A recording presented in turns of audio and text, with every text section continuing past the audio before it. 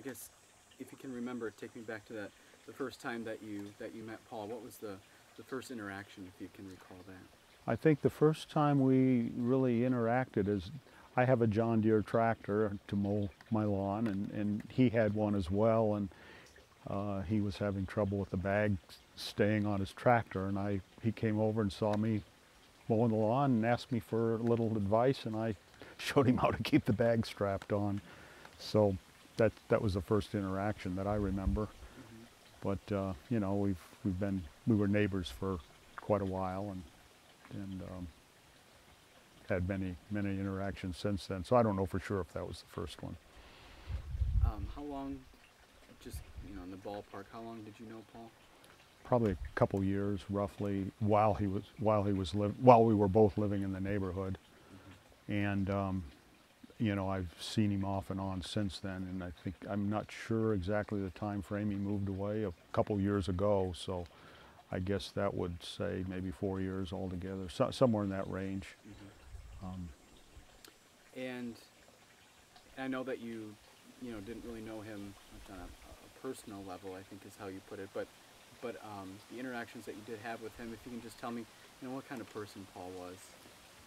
He was a pretty friendly guy, positive, energetic, I would say. I know he was a martial artist as a hobby, so he had a lot of physical, very, very energetic guy is what I would say, and a hell of a nice guy. And now what, you said you got coffee with him every so often, and what would he talk about when he was, would he talk about family or friends or his job? What did the conversations center around?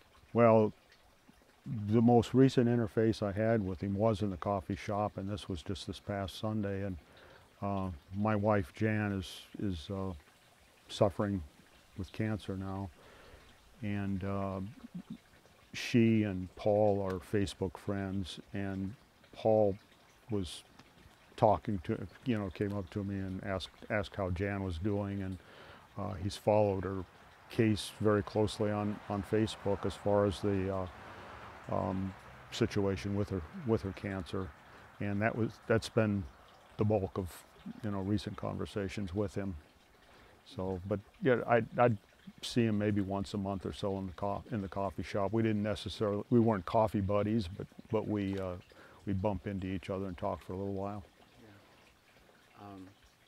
Yeah. And what did he say about his job as a trooper? Not much. I knew he was a state trooper, but he never really talked about it a lot. I seldom saw him in. I honestly can't remember for sure if I ever saw him in a state trooper uniform. Generally, I'd see him with casual T-shirts on and either shorts or jeans or something like that when I saw him. And I do know, I think toward the end he was driving his car out of his house, or he was leaving his car there, and then I'd see him get out in his uniform. But generally speaking, he never talked about his role as a police officer. Mm-hmm. And I mean, you have to give it up to police officers. Really have the utmost respect for them, putting their life on the line every day. If you just want to expand on that and being grateful for his service. Well, I think it's something we probably all take for granted. Policemen are there every day doing their job, and you don't. I guess sometimes I don't think a lot about it, and then I hear about what just happened to Paul, and it's obviously it's a tragedy, and it certainly reflects on the kind of risks that these folks take on a regular basis, and I never would have anticipated. I mean, I don't know why I would think this way, but I would never assume Paul would ever get hurt on the job. Obviously, he did, and it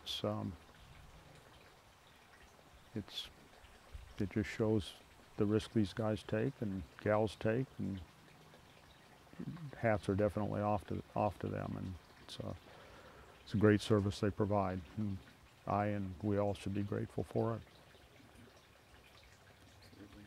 Absolutely. So, any children that you know of? Do you know about his family structure? I don't know much about that. No. I just don't. I don't think he has any children, but I don't, and I don't think he was. I believe he had a fiancée, but I'm not sure of. I've never met her, and because I think some of that happened after they moved out of the neighborhood, so I don't know much about his current situation there.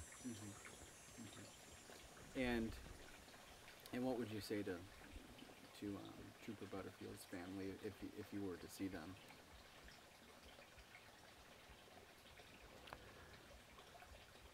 I'm very sorry for your loss, and I thank your family for the service that your son, brother, mother, I mean, whatever the relationship is. I'm just sorry for the loss. That it's got to be horrible, and especially with the suddenness of it. That, as I understand the situation, for somebody to meet an untimely, death like that, really sorry for their loss. Is there anything else, Paul, that you wanted to mention that I was overlooking, or anything like that? Well, I remember Paul as a very good neighbor. He lived right across the street from us, and always a friendly wave, always a friendly greeting, and was just a good neighbor to have, and that's how I remember him.